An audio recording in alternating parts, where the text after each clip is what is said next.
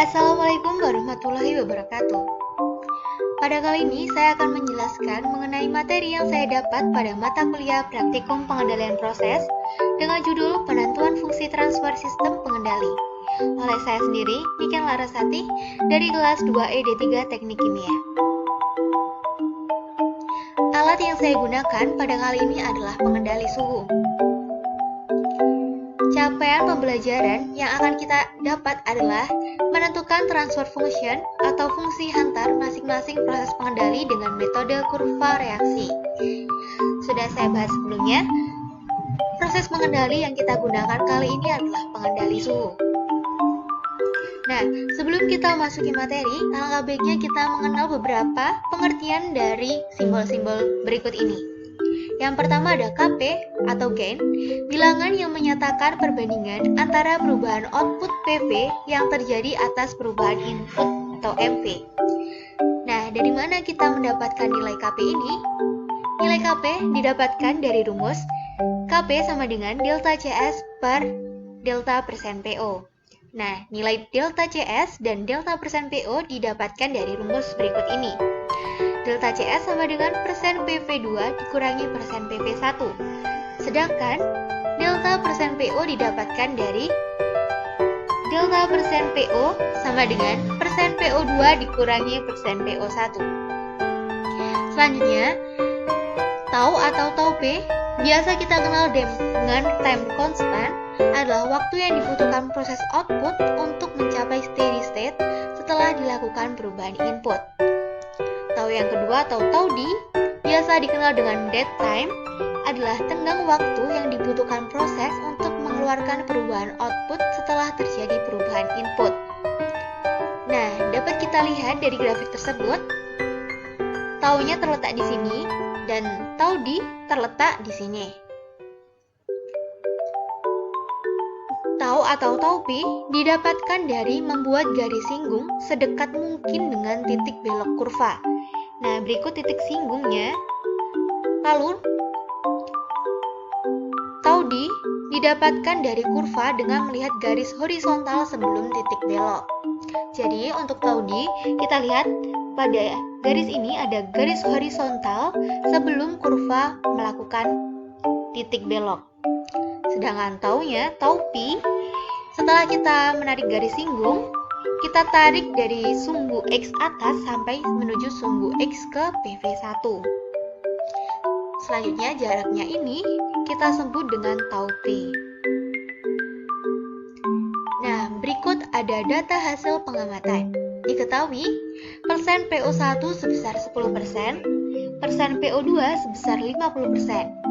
Dari sini kita dapat menghitung selisih dari persen PO dengan rumus delta persen PO sama dengan persen PO2 dikurangi persen PO1. Dengan persen PO2-nya 50% dan persen PO1 40%. Sehingga didapatkan delta persen PO sebesar 10%. Untuk selanjutnya kita akan mencari persen PV. Persen PV1 dan persen PV2 didapatkan dari data pengamatan. Dapat kita lihat, persen PV1 adalah awal mula proses. Jadi dapat kita lihat persen PV sebesar 36,9%. Untuk persen PV2 adalah pada akhir proses. Dapat kita lihat persen PV2 sebesar 44,0%. Setelah kita mengetahui persen PV1 dan 2, kita bisa mengetahui atau menghitung selisih dari persen PV tersebut dengan rumus delta persen PV sama dengan persen PV2 dikurangi persen PV1 sama dengan 44,0% dikurangi 36,9% dan didapatkan hasil dari delta persen PV sebesar 7,1%. Nah, selanjutnya setelah kita mengetahui data hasil pengamatan tadi, kita bisa mencari atau membuat grafik persen PV terhadap waktu untuk metode 1. Dalam metode 1 ini, langkah pertama yang kita gunakan atau kita buat adalah buat garis lurus ke arah kiri dengan melanjutkan garis steady state pada persen PV2. Nah, pada kurva dapat kita lihat di mana letak steady state-nya. Nah, di sini ada letak steady state. Lalu dari letak ini kita tarik garis lurus ke kiri dan kita tandai dengan persen PV2. Untuk langkah kedua, buat garis singgung sedekat mungkin dengan kurva reaksi. Berikut adalah garis singgungnya. Langkah yang ketiga, buat titik pertemuan antara garis singgung dengan garis PV2, kemudian tarik garis vertikal menuju sumbu X di bagian bawah.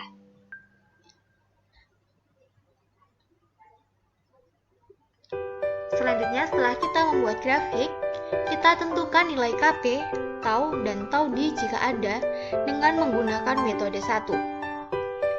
Pada slide sebelumnya, kita sudah mencari persen PP1 sebesar 36,9, persen PP2 44,0%.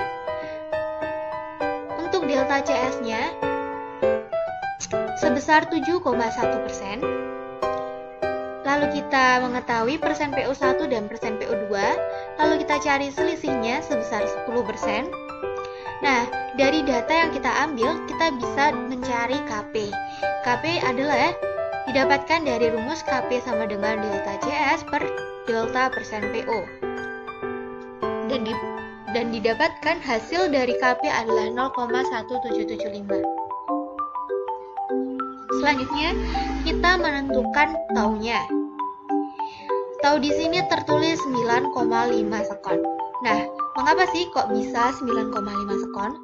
Nah, di sini kita amati grafik yang sudah kita buat tadi. Di sini kita lihat pada penggaris, kita ukur garis vertikal ke sumbu X-nya ini terletak pada angka berapa.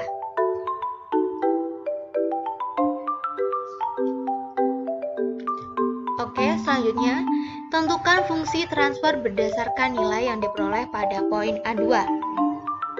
Fungsi transfer bisa kita rumuskan atau kita kenal dengan GS dengan rumus K per tau S plus 1. Dengan K sebesar 0,1775 dan tau S sebesar 9,5 S.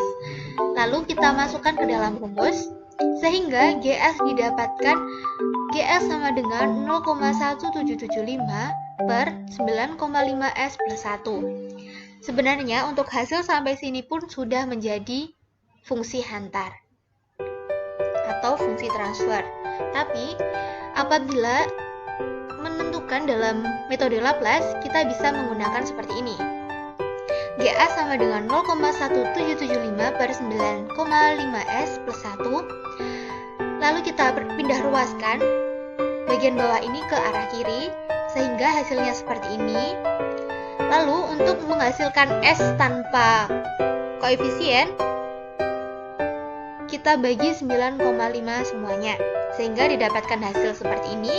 S plus 0,1053 GS sama dengan 0,0187, sehingga didapatkan GS-nya 0,0187 per S plus 0,1053. Di sini ada Laplace-nya. Selanjutnya, dari Laplace ini kita inverse dan didapatkan hasil 0,0187 Laplace inverse dari 1 per S plus 0,1053 dan didapatkan GS-nya dengan metode Laplace yaitu 0,0187 E min pangkat 0,1053S. Untuk selanjutnya, kita membuat grafik persen PV terhadap waktu untuk metode 2. Berikut adalah rangkaian grafiknya. Langkah pertama adalah pembuatan grafik, yaitu buat garis lurus ke arah kiri dengan melanjutkan garis steady state pada persen PV2. Berikut. Lalu kita cari di mana letak steady state pada kurva tersebut. Di sini letak steady state-nya, lalu kita tarik garis ke arah kiri dan kita tandai dengan persen PV2. Untuk langkah yang kedua, kita cari titik potong dengan cara berikut. Titik potong sama dengan persen PV1 plus 0,632 CS. Kemudian dari titik potong buatlah garis horizontal sampai memotong kurva. Berikut garis horizontal dan berikut di sini adalah titik potongnya. Untuk langkah ketiga, buat garis lurus vertikal dari garis potong sampai ke sumbu X bagian bawah. Nah, dapat kita lihat garis sepanjang titik belok sampai titik perpotongan sumbu X di sini dikenal sebagai tau P, dan garis sebelum titik belok dan disebut dengan tau D. Tapi di sini grafiknya dimulai dari titik 0. Langkah selanjutnya yaitu menentukan nilai KP, tau, dan tau D jika ada dengan menggunakan metode 2. Dapat kita ketahui yang pertama, persen PV1 sama dengan 36,9%, persen PV2 sebesar 44,0%, lalu kita cari delta CS sebesar 7,1%. Untuk selanjutnya, kita ketahui persen PO1, persen PO2, lalu kita cari delta persen PO dan didapatkan hasil sebesar 10%. Untuk selanjutnya yaitu mencari nilai KP dengan rumus delta CS per delta persen PO. Dan didapatkan hasil sebesar 0,1775. Yang terakhir ada tau sebesar 6S. Bisa kita lihat dalam grafik di sini. Garis lurus seperti ini terletak pada second pada angka 6. Lalu untuk titik potongnya di sini, kita mencari dengan rumus persen PV1 ditambah 0,632 delta CS sehingga didapatkan titik potong sebesar 41,3872. Lalu kita tempatkan pada angka 41,3872 dan ternyata titik potong berada di sebelah sini. Langkah yang ketiga yaitu tentukan fungsi transfer berdasarkan nilai yang diperoleh pada poin B2. Dapat kita ketahui sebelumnya, mencari fungsi transfer dengan rumus GS sama dengan K per tau S plus 1. Diketahui K-nya sebesar 0,1775 dan tau S sebesar 6S. Dengan GS sama dengan 0,1775 per 6S plus 1. Lalu, kita bisa mencari GS-nya menggunakan metode Laplace. Berikut hasil perhitungan metode Laplace. Untuk grafik yang ketiga adalah grafik persen PV terhadap waktu untuk metode 3. Nah, berikut adalah rangkaian grafiknya. Pada metode 3, sedikit berbeda dengan cara pada metode 1 dan 2. Di sini yang pertama kita mencari T1 dan T2. Lalu ketika kita sudah mengetahui T1 dan T2, hitung berapa waktu yang dibutuhkan untuk mencapai T1 dan T2. Nah, perhitungan-perhitungan ini dapat kita ketahui di sini. Perhitungan delta CS sama seperti sebelumnya. Delta persen PO juga sama seperti sebelumnya, dan KP juga sama. Di sini kita mencari T1 dengan rumus persen PV1 plus 0,283 delta CS, dan ditemukan T1 sebesar 38,9093. Lalu di sini ada T2. Baik, akan kita ganti. Di sini ada T2 persen PV1 ditambah 0,632 delta CS dan T2-nya sebesar 413872. Lalu kita akan mencari tau. Taunya di sini diambil dari 3/2 dikali T2 dikurangi T1 dan tau dihasilkan sebesar 3,71685S. Untuk langkah selanjutnya, tentukan fungsi transfer berdasarkan nilai yang diperoleh pada poin C2. kurang lebih penentuan fungsi transfer sama, dengan perbedaan tau S adalah 376185S, lalu kita masukkan pada rumus. Lalu pada penentuan metode Laplace juga sama. Berikut adalah perhitungan menggunakan metode Laplace. Dengan hasil GL sama dengan 0,04776 E pangkat min 0,26905S. Nah, kita sudah mempelajari metode 1, 2, dan 3. Lalu kenapa sih kita tidak mencari tau D? Coba kita lihat untuk tau D sendiri. Letaknya didapat dari kurva dengan melihat garis horizontal sebelum terjadi perubahan.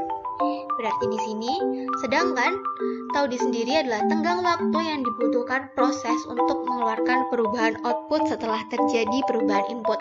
Dapat kita lihat dari metode 1, metode 2, dan metode 3, segala grafik dimulai dari titik 0. Sehingga tidak ada tenggang waktu yang dibutuhkan proses. Sehingga di sini kita tidak perlu mencari tau D. Baik, terima kasih sudah menyaksikan video ini. Mohon maaf apabila ada salah kata. Saya akhiri, wassalamualaikum warahmatullahi wabarakatuh.